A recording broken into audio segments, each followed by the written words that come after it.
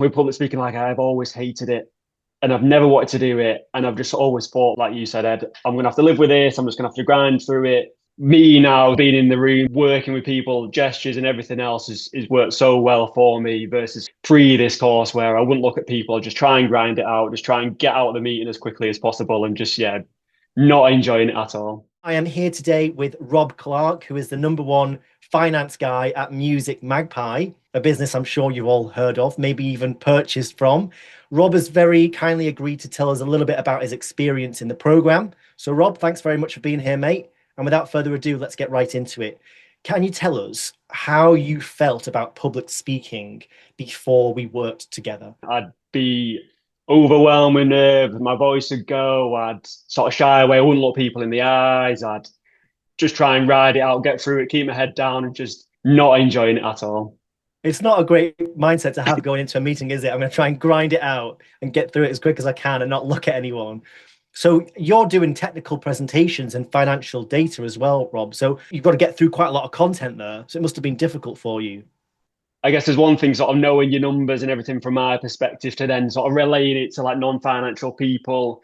Obviously, it's a notoriously boring subject, finance, and no one really wants to listen or no one really understands it. So that's been a key one. Instead of me just waffling through different KPIs or data sets or numbers and just trying to get through it. And I know sort of none of this is going to land and wash over people's heads to thinking like, how do I get the message across to them so it really connects with them and then drives the business in the right direction? When it's content which is quite dry and it's not inherently engaging, a lot of people think, oh, well, that's just the way it is, so I don't have to make it engaging. Actually, it's the opposite. You've got to try even harder to bring that to life and make sure people can understand it and relate to it. So the challenge is even higher, isn't it? So you had lots of nerves, you were trying to get through it, you were going as fast as you can, not looking at people. A lot of common things there, Rob, that a lot of people struggle with. Mm-hmm. Since joining the program, what do you think has been most helpful to you? Has it been, for instance, the one-to-one sessions, the group calls, the workshops? What's made the biggest difference? So I really appreciate our one-to-ones because it's like unique to my circumstances. I have a weekly meeting that I always struggle with. So we've tackled that. We've like rehearsed it, practiced it, which is I found really beneficial. And then obviously the weekly ones, we touch on loads of different techniques, subjects. So they're putting me out of my comfort zone and just doing something a bit different and putting me on the spot and sort of challenging me and just stepping back. And my progression at Magpie has been quite accelerated and quite fast paced. And it's all of a sudden like I'm in these rooms with these big peoples, big senior sort of peoples at Magpie and AO, our parent co. So I guess doing them in the background in like a safe environment, but obviously having you trying to get everyone to heckle you or whatever it is to try and push you out of that comfort zone is really good. Because I think you can learn a lot of stuff, but once you're sort of in the room, it all goes away, and sometimes you just want to try and get through it. So then sort of going back through how you performed and tweaking different things because it's do then add value and it makes you more comfortable Yeah. when you are sort of having that meeting. So, Rob, let's fast forward now then to today. Can you give us an idea of how things have changed in terms of when you're in those meetings where you used to rush through them and get your head down? How do you feel differently about it now? I'm sort of seeking out projects now that I know what will add value to the business and then feel confident in delivering a message or a presentation of my findings or where I think we should go as a business or different areas. Like there's a lot of us to go at Magpie, but just having that confidence has just really sort of accelerated a lot of different areas of my role in business, and it is really accelerating me getting me noticed within Magpie and AO now. It's all sort of coming full circle now, and I'm yeah, a lot more confident in myself going into meetings, like enjoying meetings, looking forward to meetings, which you tell me sort of 6 months ago I'd sort of laugh in your face. But yeah, it is really, really good course and I'm finding a lot of benefits of it. But I still think I've scratched the surface of it and I've a lot more to learn and keep developing in. And it's a really exciting area that I really want to carry on progressing in.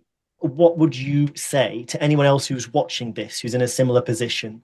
They've got a successful career, they've built a business, whatever it is. They've always had this nerves, this problem with public speaking. They might be thinking that they just need to live with it forever and it's a them problem. What would your message to them be?